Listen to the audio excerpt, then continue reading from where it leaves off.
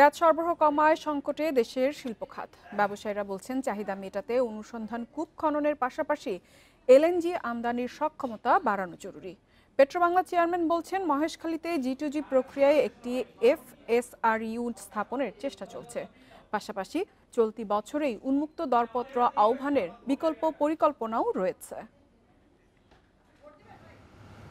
দৈনিক দেশে ৩৮০ কোটি ঘনফুট গ্যাসের চাহিদার বিপরীতে মিলছে ২৮০ কোটি ঘনফুট, যেখানে দুইটি ভাসমান টার্মিনালের মাধ্যমে আমদানির এলএনজি ৮০ কোটি ঘনফুট।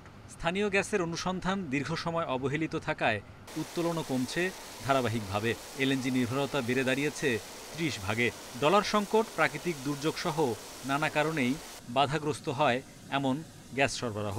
শিল্প মালিকরা বলছেন ২ বছর আগে দাম দ্বিগুণ করলেও নিরবচ্ছিন্ন গ্যাস পাওয়া যায়নি। আরো ৩-৪ বছর আগের থেকে কিন্তু শুরু হয়েছে। ইন্ডাস্ট্রি হ্যাড স্টার্টেড সাফারিং যখন গ্যাসের সমস্যা শুরু হলো, যখন প্রাইস বাড়ানো ডাবল করলো অথচ গ্যাস সাপ্লাই নাই, ইন্ডাস্ট্রি কিন্তু তখন থেকে চিল্লাচ্ছে। গ্যাস সংকট সহ বিদ্যুৎ সংকটের যে সমস্যাগুলি আছে, ব্যাংকিং যে সমস্যাগুলি আছে, এগুলি যদি সমাধান না হয় তাহলে বিনিয়োগ খুব একটা বাড়বে বলে মনে হয় না।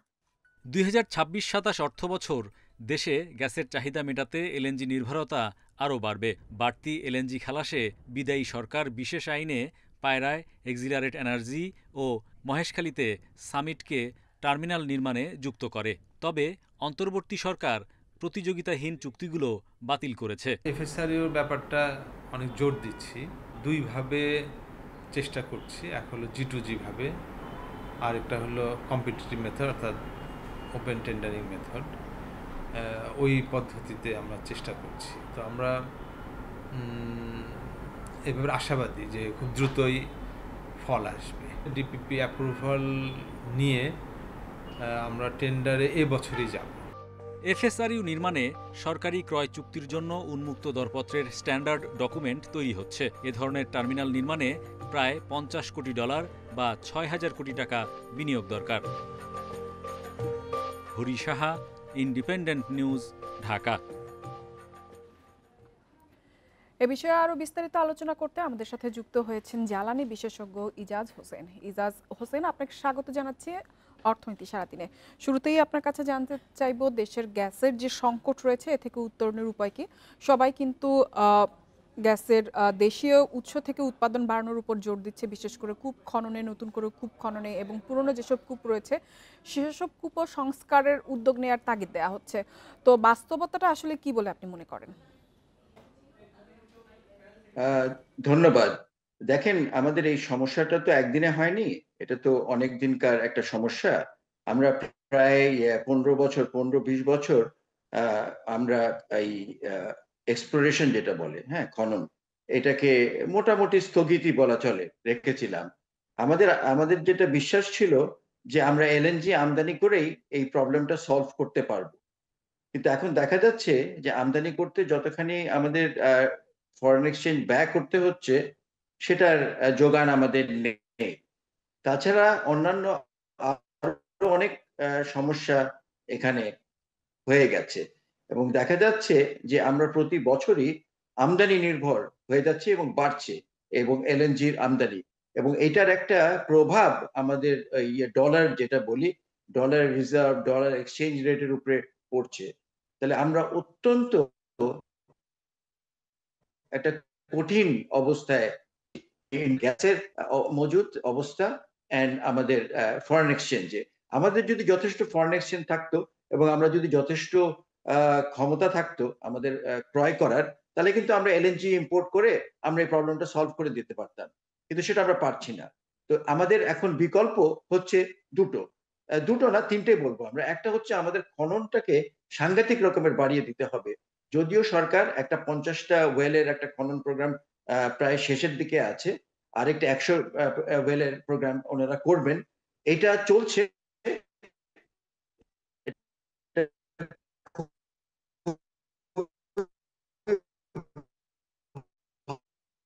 ভালো।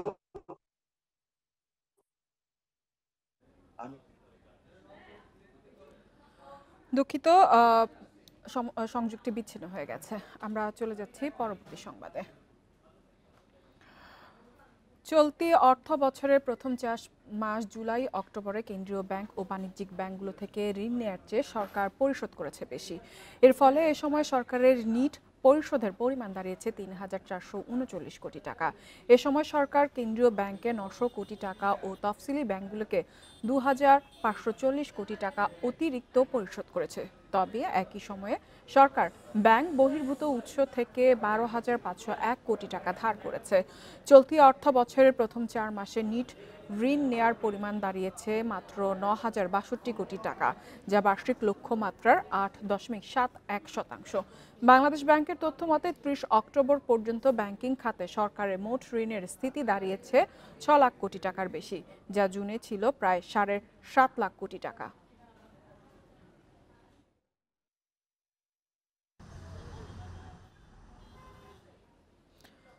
আন্তর্জাতিক মুদ্রা তহবিল IMF এর শর্ত পূরণের অংশ হিসেবে রপ্তানি উন্নয়ন তহবিলের আকার আরও কমানোর সিদ্ধান্ত নিয়েছে বাংলাদেশ ব্যাংক। এ বছরের ডিসেম্বরের মধ্যে তহবিলের আকার $2 বিলিয়ন নামিয়ে আনা হবে। এ সিদ্ধান্ত সরকারের বৃহত্তর আর্থিক ও কাঠামোগত সংস্কারের অংশ। IMF এর সাথে $4.7 বিলিয়ন ঋণ চুক্তি অনুযায়ী 2026 সালের ডিসেম্বর পর্যন্ত EDF এর আকার সর্বোচ্চ $2 বিলিয়ন মধ্যে সীমাবদ্ধ রাখতে হবে। এই সময়ের মধ্যে তহবিল বাড়ানোর পরিকল্পনা করা যাবে না। 2022 সালের মাঝামাঝি থেকে বৈদেশিক মুদ্রার রিজার্ভ কমা এবং ডলার সংকট তীব্র হলে বাংলাদেশ ব্যাংক ধীরে ধীরে EDF এর আকার কমাতে থাকে। তবে এই সিদ্ধান্তে উদ্বেগ জানিয়েছেন রপ্তানিকারকরা। তহবিল কমায় EDF থেকে স্বল্প সুদের ঋণ পাওয়া কঠিন হয়ে পড়েছে।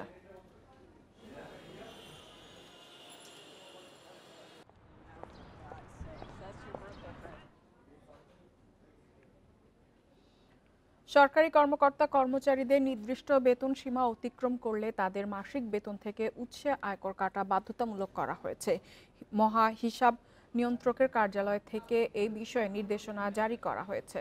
এতে জানানো হয়, আয়কর আইন 2023 অনুযায়ী চলতি আয় বছরে যেসব পুরুষ কর্মকর্তা কর্মচারীর মাসিক মূল বেতন 26,785 টাকা এবং নারী কর্মকর্তা কর্মচারীর মূল বেতন 30,357 টাকা বা তার বেশি, তাদের আয়ের পরিমাণ করমুক্ত সীমা অতিক্রম করেছে। তাদের বেতন থেকে বিল প্রস্তুতের সময় উৎসে আয়কর কাটা হবে। সরকারি কর্মকর্তা কর্মচারীদের বেতন বিল থেকে আয়কর কাটার দায়িত্ব সংশ্লিষ্ট ট্রেজারি রুলস অনুযায়ী উত্তোলনকারীর ওপর বর্তাবে বলেও নির্দেশনায় উল্লেখ করা হয়েছে।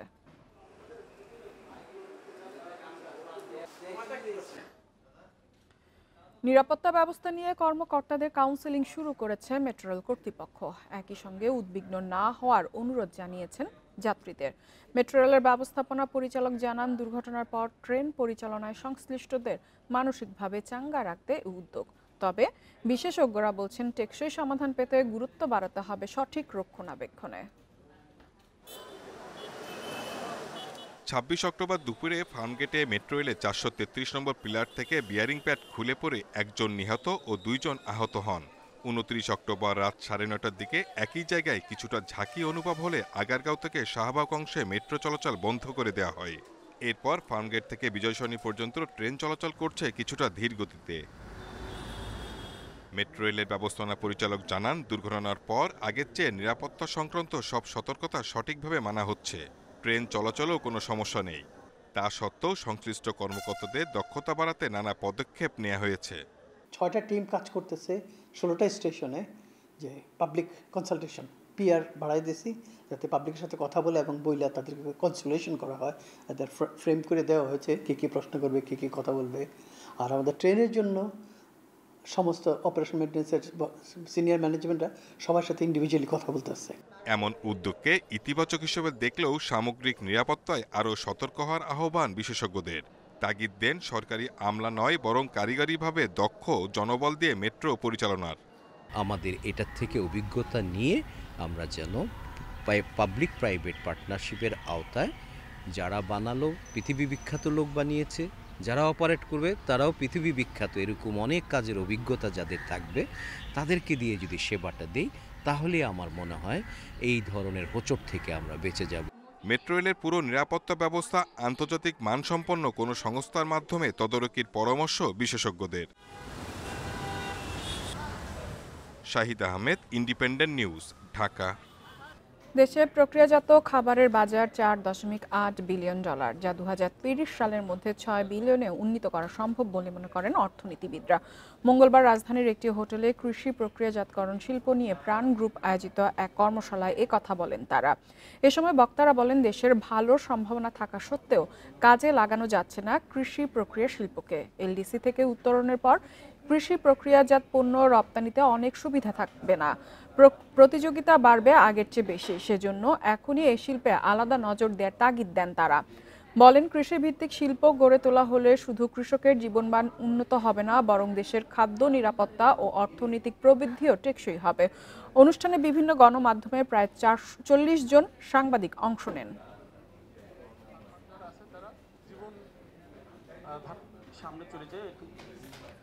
ঘোষণা দিয়েও শাহজালাল আন্তর্জাতিক বিমানবন্দরের কার্গো ভিলেজের 8 নাম্বার আলফা গেট খুলে দিতে পারেনি সিভিল এভিয়েশন কর্তৃপক্ষ। আমদানি পণ্যের জট কমাতে গত 10 নভেম্বর কর্তৃপক্ষ এ ঘোষণা দেয়। এতে বলা হয়, নবনির্মিত অস্থায়ী কার্গো শেডের কার্যক্রম সম্পন্ন হয়েছে, কিন্তু মঙ্গলবার বিকেল 4টা পর্যন্ত গেট প্রস্তুতের কাজ চলমান থাকায় তা চালু করা সম্ভব হয়নি। ফলে আমদানি পণ্য আগের 9 নম্বর গেট দিয়ে খালাস কার্যক্রম চলমান রয়েছে। সিএন্ডএফ এজেন্টদের অভিযোগ, আমদানিকারক বিভিন্ন প্রতিষ্ঠানের মালামাল এখন হ্যাঙ্গার গেটের পাশে খোলা আকাশের নিচে রাখা হচ্ছে। এতে পণ্য নষ্ট হওয়ার আশঙ্কা দেখা দিয়েছে।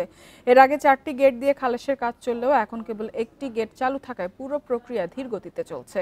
এতে আমদানি কার্যক্রমের মারাত্মক ব্যাঘাত ঘটছে বলে অভিযোগ ব্যবসায়ীদের।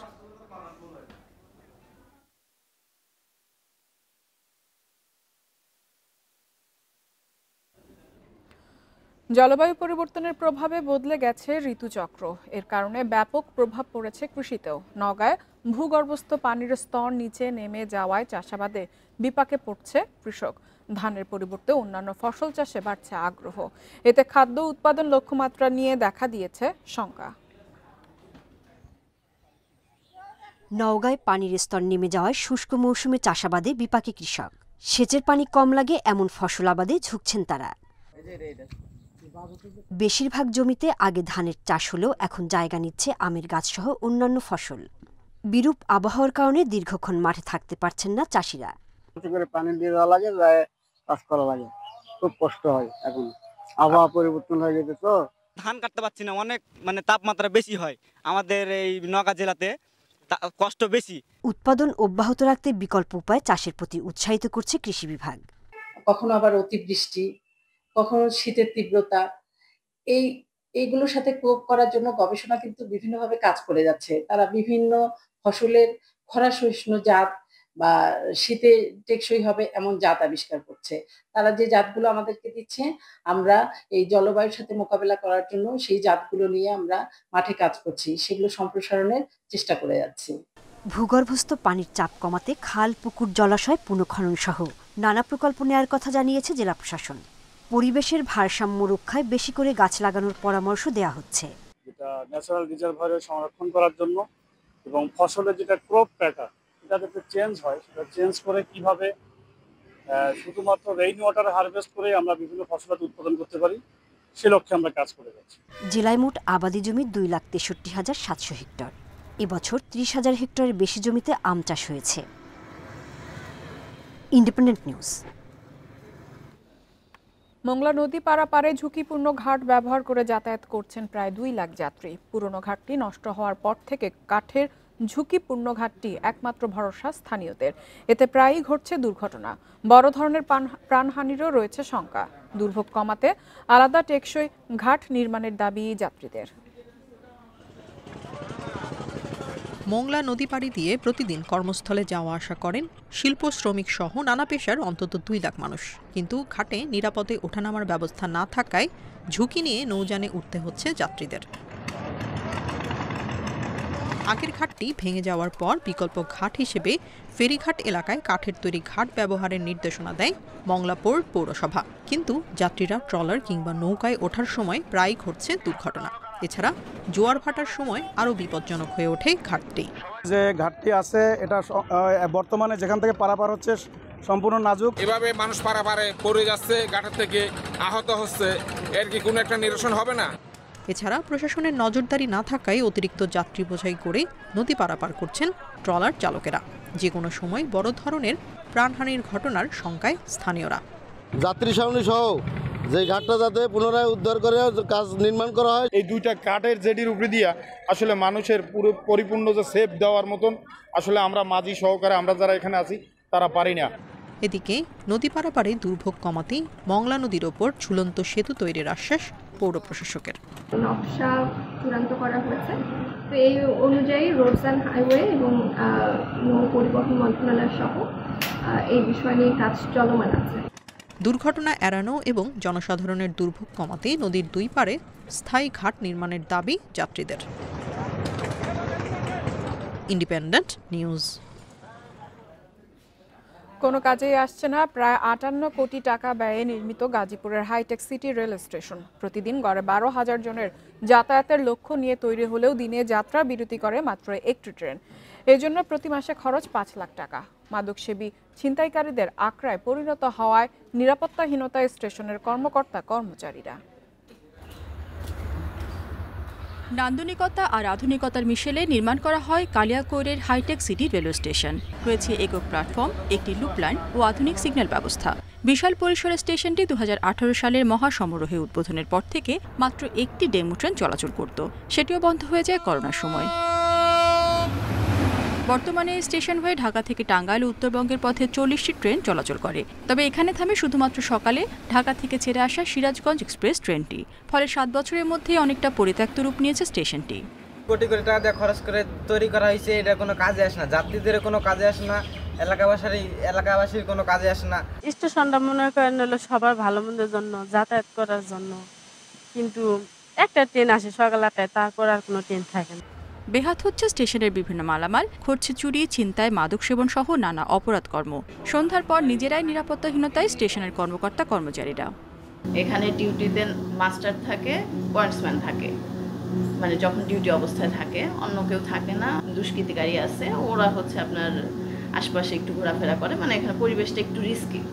স্থানীয় প্রশাসন বলছে এই এলাকায় বহু যাত্রী থাকার পরও ট্রেন যাত্রা বিরতি না করায় বিপাকে স্থানীয়রা।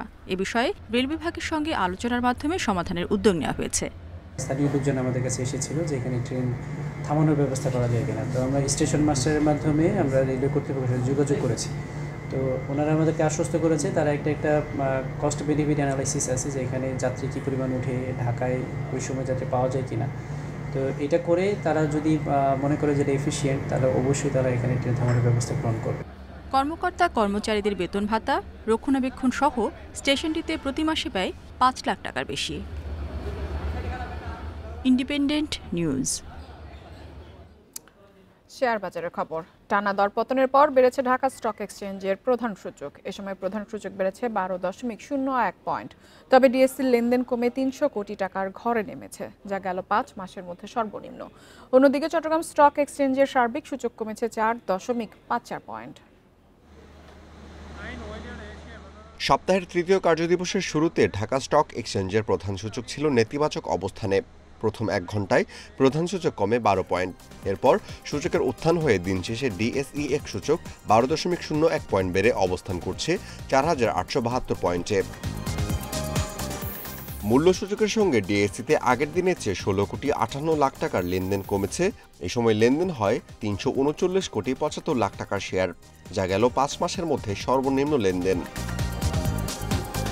হাতবদলে অংশ নেওয়া ৩৯৯টি কোম্পানি ও মিউচুয়াল ফান্ডের মধ্যে দর বেড়েছে ১৮৩টি প্রতিষ্ঠানের, কমেছে ১৪৪টির এবং শেয়ার দর অপরিবর্তিত আছে ৬২টি প্রতিষ্ঠানের।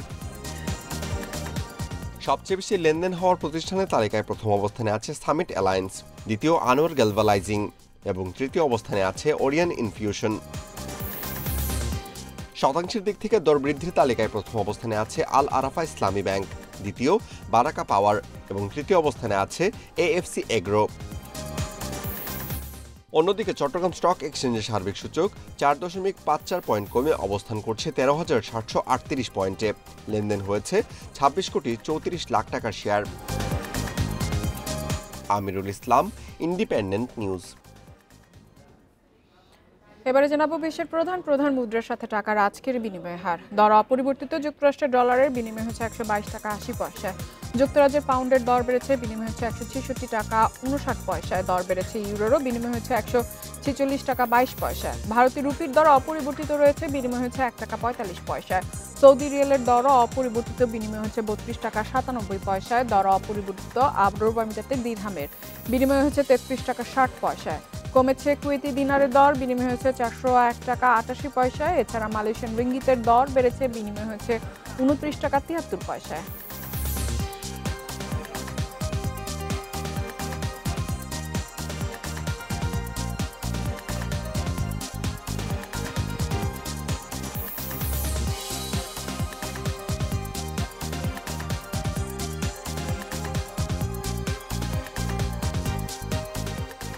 আর এই ছিল অর্থনীতি সারাদিনের আজকের আয়োজনে। ইন্ডিপেন্ডেন্ট টেলিভিশনের সব খবর আরো বিস্তারিত জানতে চোখ রাখুন ফেসবুক, ইউটিউব এবং এক্সে। আমন্ত্রণ আমাদের পরবর্তী সংবাদ।